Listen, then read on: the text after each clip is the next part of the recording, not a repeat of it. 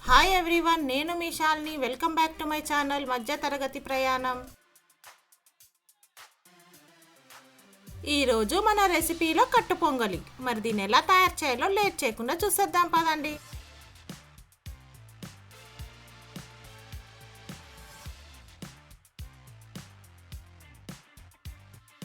కట్టు పొంగలి చేయడానికి ముందుగా మనం 1 కప్పు బియ్యం, 1/2 కప్ పెసరపప్పును తీసుకోవాలి. ఇప్పుడు మనం పెసరపప్పుని, బియ్యంని 2 సార్లు శుభ్రంగా కడుక్కోవాలి.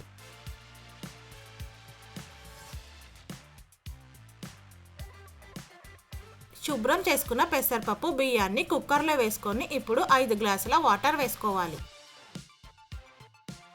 ఫ్రెండ్స్, ఇక్కడ నేను 1 కప్పు రైస్కి 1/2 కప్ పెసరపప్పు తీసుకున్నాను కాబట్టి 5 గ్లాసెస్ ఆఫ్ వాటర్ వేసుకున్నాను. కట్టు పొంగలి చేసుకునేటప్పుడు మనం వాటర్ కాస్త ఎక్కువ పోసుకుంటే అన్నం మనకు మెత్తగా వస్తుంది.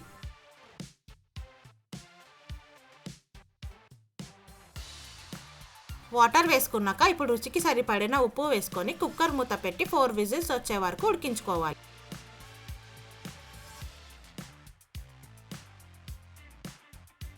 నాలుగు విజిల్ అయ్యాక కుక్కర్ మూత తెరిచి ఒకసారి కలుపుకొని పక్కన పెట్టుకోవాలి. ఇప్పుడు మనం పొంగలి కోసం పోపు పెట్టుకుందాం. స్టవ్ వెలిగించుకొని ప్యాన్ పెట్టుకోవాలి. ప్యాన్ వేడెక్కాక 4 స్పూన్ల నెయ్యి వేసుకోవాలి. నెయ్యి వేడెక్కాక 1 స్పూన్ జీలకర్ర, కొద్దిగా మిరియాలు వేసుకోవాలి. మిరియాలు వేసుకున్నాక 2 కట్ చేసుకున్న పచ్చిమిరపకాయ ముక్కలు, సన్నగా తరిగిన అల్లం ముక్కలు వేసుకున్నాక 1 స్పూన్ శనగపప్పు వేసుకోవాలి. అలాగే కొద్దిగా కరివేపాకు వేసుకొని మొత్తం అంతా కలుపుకోవాలి.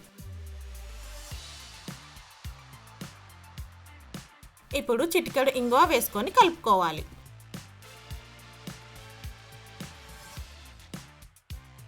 చివరిగా ఇందులో కొద్దిగా కాజు వేసుకొని పోపు మొత్తం ఫ్రై అయ్యే వరకు ఫ్రై చేసుకోవాలి.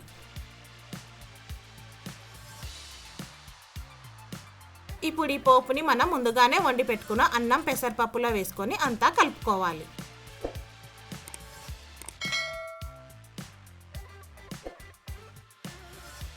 చివరిగా ఇందులో 2 స్పూన్ల నెయ్యిని యాడ్ చేసుకొని మొత్తం అంతా కలుపుకుంటే మన కట్టు పొంగలి రెడీ అవుతుంది.